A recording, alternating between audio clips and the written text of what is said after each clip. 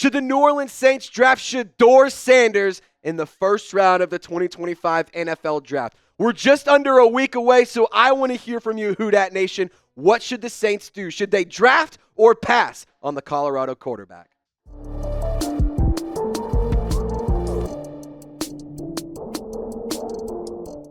No Shedorlins? That's the focus of today's episode. The Saints Now by Chat Sports. As always, I'm your host, Trizzy Trace Gerard. Thank you so much for tuning in. Don't forget to subscribe, like the video, and all that other YouTube cliche stuff. There's NFL buzz around the world and around the NFL rumors mill that the Saints are actually not interested in drafting Shedeur Sanders at number 9 overall.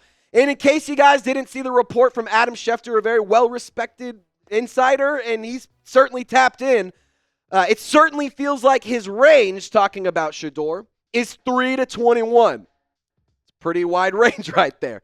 He does not like the chances of him going at 9. Now, personally, I don't know what the Saints are going to do. I would be happy if they passed, or if they drafted Shedeur. I would understand it if they passed on Shedeur. So to me, I think that Kellen Moore just needs to make the decision on whether or not Shedeur Sanders is his guy, and he believes that he can be the quarterback of the future. Now, Field Yates also shared that same sentiment. And Adam Schefter's not the only one saying that, this actually may or may not happen. There's little chance Derek Carr's shoulder injury was a surprise to the Saints. So I don't expect it to dramatically change their stance at number 9. Ultimately, for New Orleans to take a quarterback that high, the decision makers have to be in love with that prospect, which is exactly what I just said. I have not gotten the sense that the Saints are there with Sanders, but it's important to remember very few parties are motivated to reveal their intentions before the draft, which makes it difficult to know what's true. It's smokescreen season. I'll sell this for now. So I do think for Kellen Moore, the route that he wants to go is going to be drafting best player available. And if that is Shedeur Sanders, then maybe that's the pick. But I do think ultimately Kellen Moore wants to add a contributor that can hop in day one. And I'm not saying Shedeur can't be that, but if he isn't in love with Shedeur Sanders, that's not going to be the pick. So I think Tyler Warren, Tet McMillan, Will Campbell, Will Johnson, Jahdae Barron, Ashton Jeanty, any of those guys are all in play here for the New Orleans Saints. And quick reminder, we're going to be live all 3 days of the 2025 NFL Draft, so be sure to subscribe and join the fun. We're going to be live all of round 1, all of day 2, and most of, if not all, of day 3. So I encourage you to subscribe right now. But let's get back on topic. The Saints do not have to prioritize drafting a quarterback this year.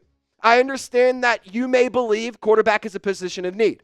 However, I'm here to tell you that you can roll the dice with Spencer Rattler and potentially let him be the starter and save some time to go and get a quarterback that you truly do believe in. And I'll say this when it comes to Spencer Rattler, this report from Matt Miller certainly is interesting. The Saints still like his ability and the upside a lot in the second-year quarterback.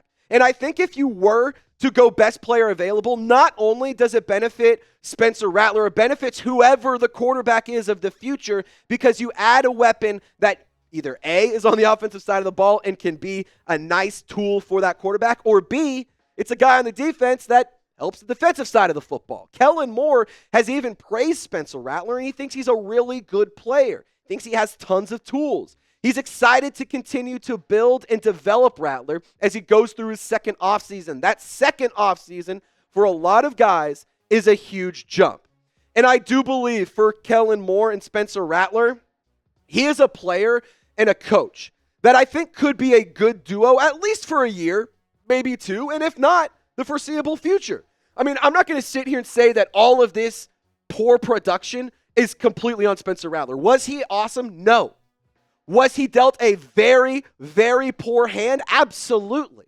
Does that count as an excuse? Sorta.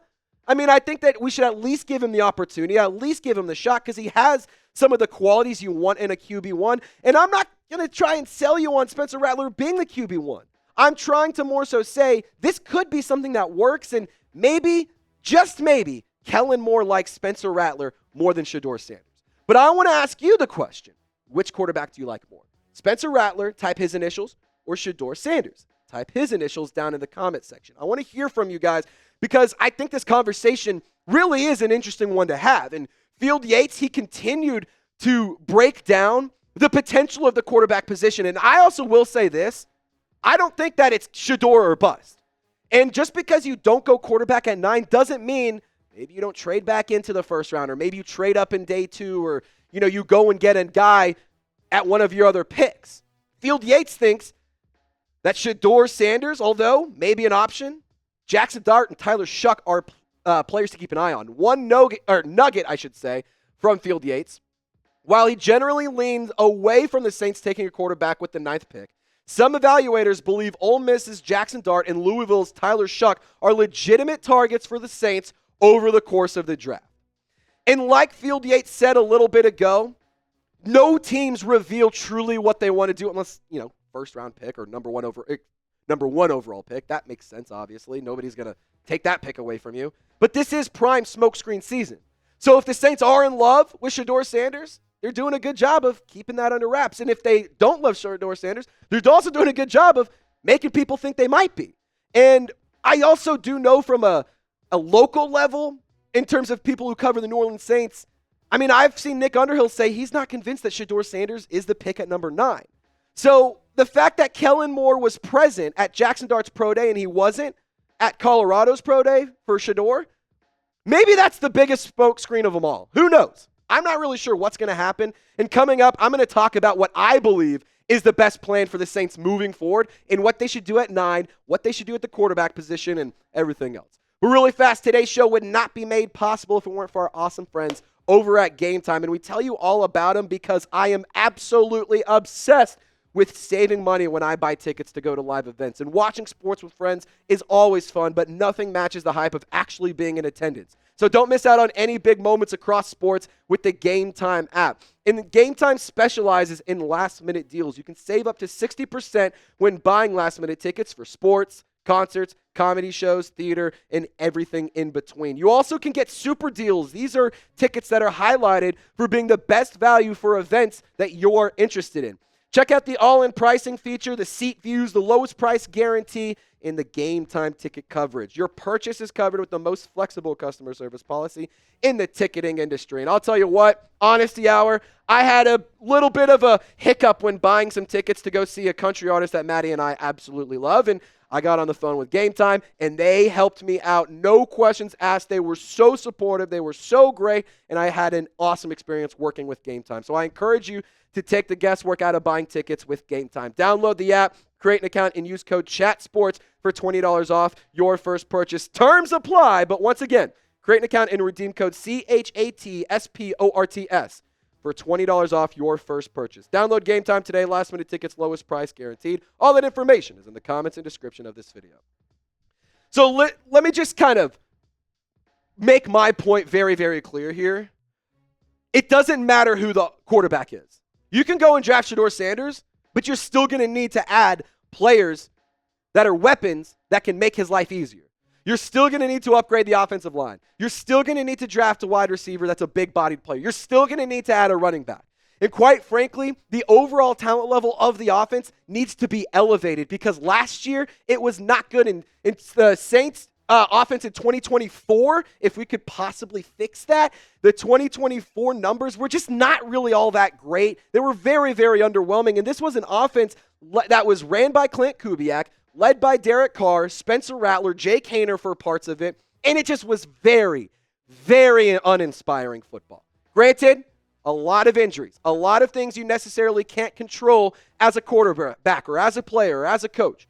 But I will tell you this, if you have better depth, the overall talent is raised. So if you have a bunch of guys that are missing time, but you have players behind them that play at a high level and have high skill sets, then I think that is a really good thing for this Saints offense. And it's not limited just to pass catchers and to running backs and to tight ends. It's also the offensive line as a whole. And Kellen Moore, he may have tipped the cap here on how he wants to build the offense. He thinks it's really on guys who impact the game. I think skill position guys. Sometimes we just get stuck with running back, fullback, receiver, maybe only a tight end. You just want impact players. And look, when you go and get an impact player, I think if you do that in round 1, starting Spencer Rattler this year is a win-win. Because either A, he turns out to be a good fit, and he shows you something you can work with, and he shows you he's developed, and he can be the guy. Or B, he's terrible, this whole thing is a mess, and we have a top 3 pick next year, and we can go get whoever we want. So, in my opinion, starting Spencer Rattler is a win-win.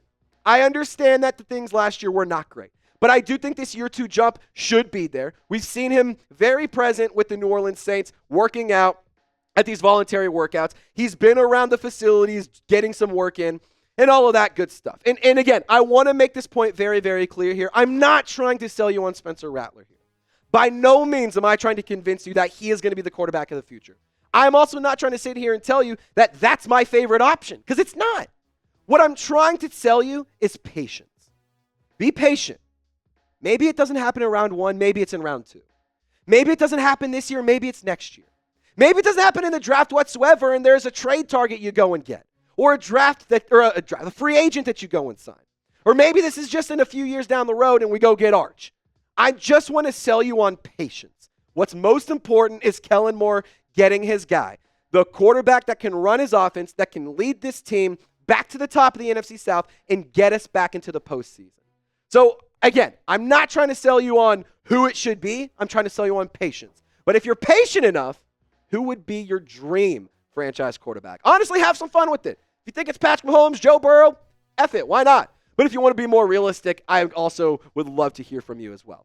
So, guys, I encourage you to follow me on social media. It's going to be an awesome weekend, Easter weekend and all that good stuff. I hope y'all have a great time with your family, your friends, and everyone else. If you want to see what me and my family got going on, hit me up on social media. I'll also be posting all sorts of Saints coverage on all 3 platforms, Instagram, TikTok, and Twitter/X, whatever you want to call it. Linked in the comments and description of this video. Y'all stay golden. Have a wonderful weekend.